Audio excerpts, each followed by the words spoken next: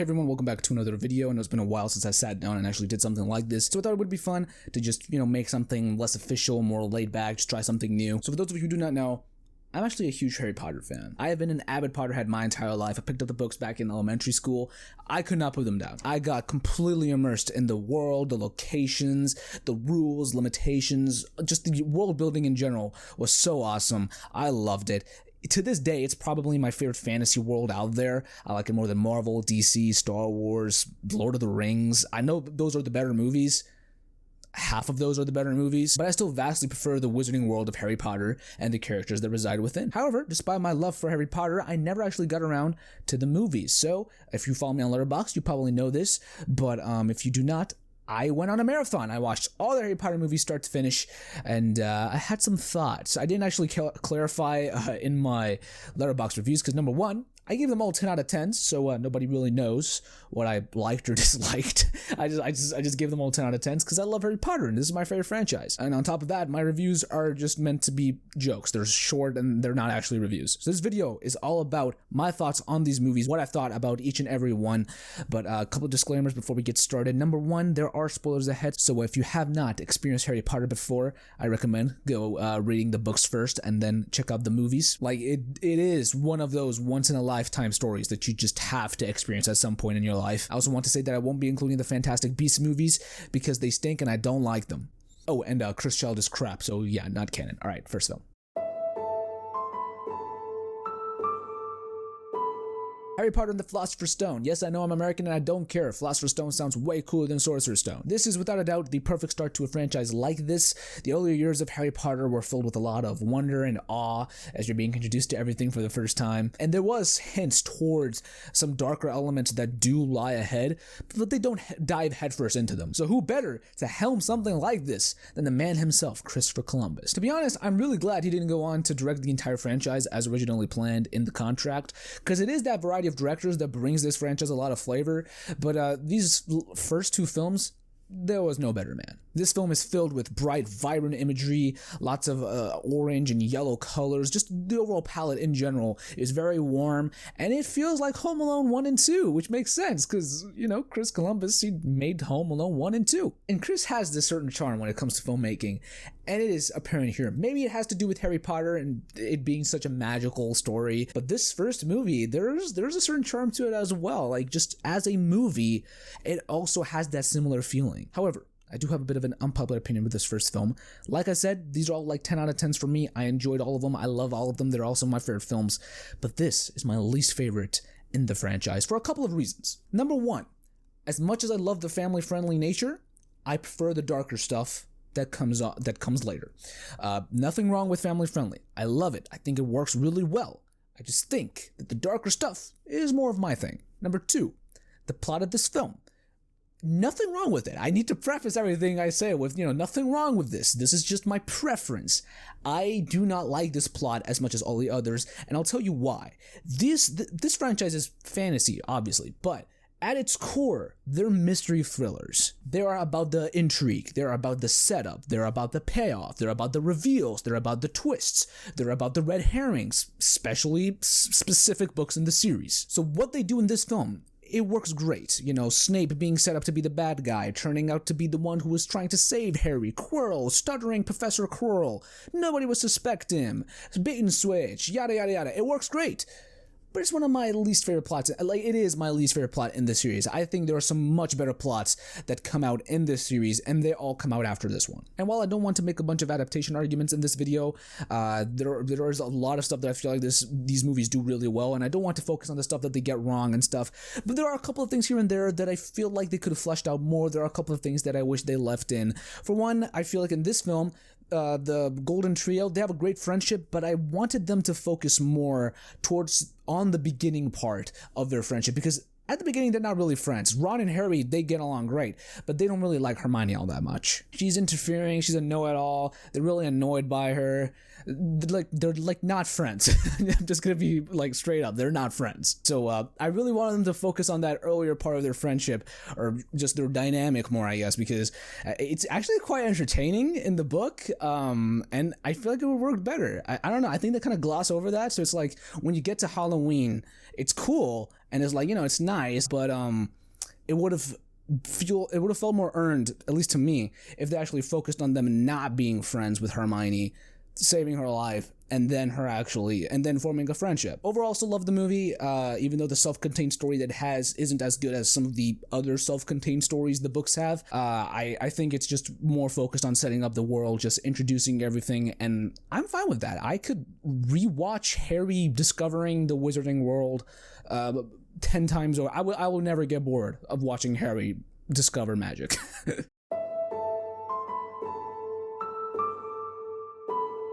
Harry Potter and the Chamber of Secrets. Another unpopular opinion, I like this more than the first one. I know a lot of people just tend to group it together with the first film because they are kind of similar, but I've never seen the similarities, to be honest. I think they are identical at times. But even in the style itself, it's a lot more creepier. You have stuff like when he turns up in that shop in Nocturne Alley, you can immediately tell there's some eerie stuff going on. Forbidden Forest, Aragog, spiders, eerie stuff going on. Chamber of Secrets, Basilisk, people petrified, Hogwarts closing down. There's some eerie stuff going on in this movie. Like, sure, overall it's similar in style, and overall it's still PG, but I mean, if you actually look at it, they're not all that similar, at least not in my opinion. But that stuff, it is cool, and it really did freak me out. But it's not why I prefer this film. I just love this plot so much. I love everything with the Chamber of Secrets. There are so many just misdirections. I mean, you have Harry himself as a red herring. It is plotted out really well. And when you get to the Chamber of Secrets, and you get to all the reveals, and you find out what was going on, and the intricate details, like down to like the puddles and stuff, which they actually worked into the movie, which I thought was really cool. It is just awesome to just have everything revealed and just all of the questions answered. This really is one of the better plots to come out of Harry Potter. And even if it was just a self-contained story originally, like Philosopher's Stone, it did get recontextualized later in Deathly Hallows, so it's like, it does connect more than the first one. I'm not saying that's why I prefer it, I'm just saying it is something to be, to notice. But even if it is just self-contained, I still like it more than that original plot. And this film and the first one, I think, do the best job out of all the films to make you feel like you are at Hogwarts. Time is passing. I feel like Prisoner of Azkaban kind of does that well too, but it's really more about its own plot, whereas these two, you can feel the time passing. I think specifically Philosopher's Stone does the best job with this, but Chamber of Secrets, you can tell, it is apparent that the year is passing, and it does feel like you're at Hogwarts with the students, which it's never gonna compare to what the books do. The books really do make you feel like the year is passing and you are at school with the students, but these two come the closest. Overall, I think it's really underrated. I think people should give it more credit. All right, moving on.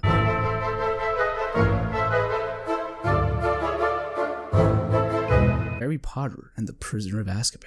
I think it's safe to say this is where these movies get awesome. Up until now, they've been, whimsical adventures, fun for the whole family, great movies, not like amazing cinematic achievements, but great movies, just really great movies. This is where we get serious.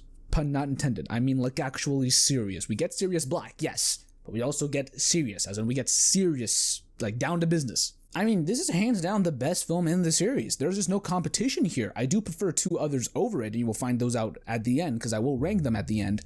But just from a technical standpoint, this is the best written. This is the best film made, like, just filmmaking-wise. I mean, there is no competition here. Not only are there tons of directorial decisions that subtly reflect the mood and tone of each scene, not only are there a bunch of long takes, they don't need to be long takes, but are still long takes and make it more immersive. Not only is the style of the film drastically different from the previous two, but still remains true to the crux of what those first two films were really like.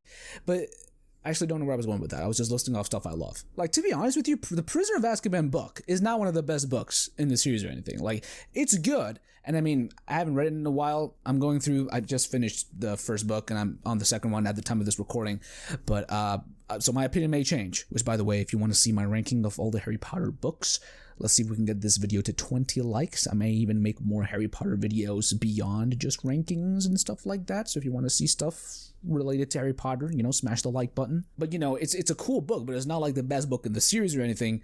This movie, though, it elevates everything about the source material. Like, the only thing you could kind of call an adaptation flaw is, I guess, them leaving out the Marauders' backstory, but I mean, who cares? The movie rocks. I really want to gush about Alfonso Cuarón's directing and his style and everything he does. I won't, because everything that needed to be said has been said, but I mean, it's all about the details with this guy, and that's important. That's good. In a story related to time travel, you want to have details. I thought everything in the book with the time turners and the time travel climax and all that, I thought it was done really well. Like, I really liked it in the book. But everything from the clues to the actual time travel, the way it's all executed, I think is just flat out done better in the movie. Like, this is low-key one of my favorite time travel plots in all of fiction. And it's probably because of how tight the rules are and how, you know, it doesn't break itself or whatever, like it doesn't break the continuity. That's probably part of it. But I mean, it's just so much fun. Like, I have so much fun with this.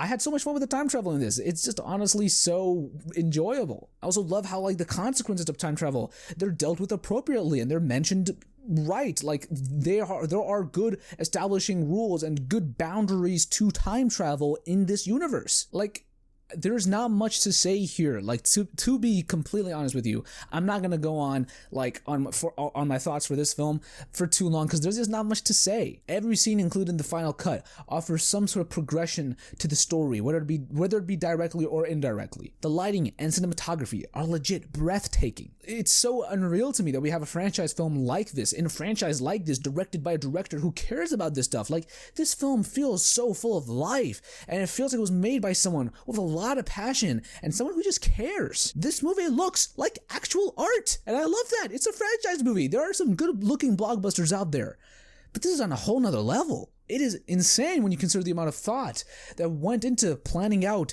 visual storytelling this intense. All the movies in this franchise, I would give you 10 out of 10 because I love Harry Potter, but this is the first film so far that I would give unironically a 10 out of 10. Like, even if I didn't love Harry Potter that much and I was just watching this film, like, just as a film, this movie I would give a 10 out of 10.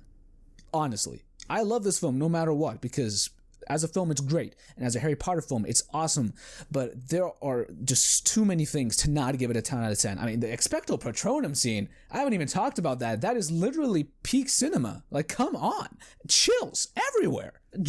I swear, John Williams was on his A game during this film, along with everybody else.